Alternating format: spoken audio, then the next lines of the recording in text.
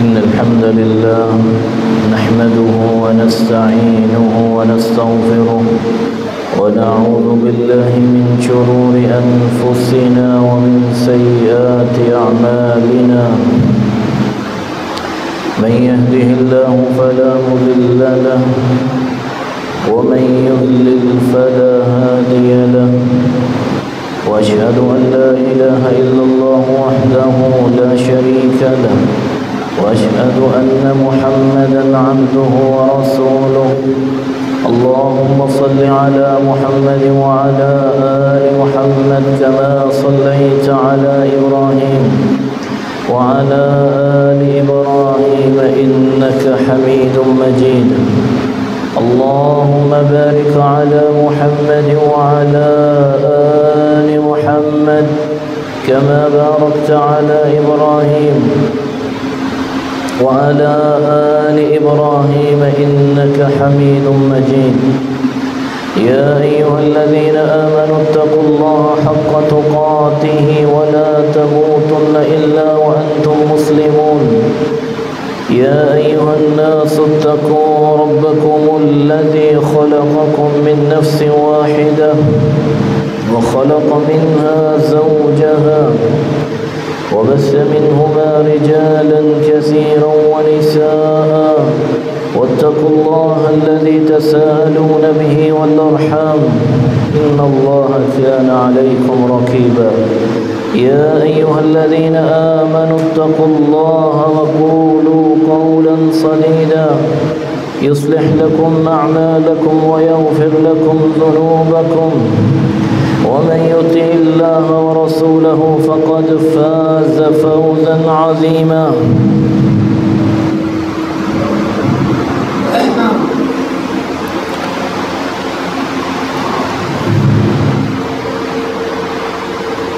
أما بعد، أعوذ بالله من الشيطان الرجيم. وأنزلنا إليك الذكر لتبين للناس ما نزل إليهم ولعلهم يتفكرون.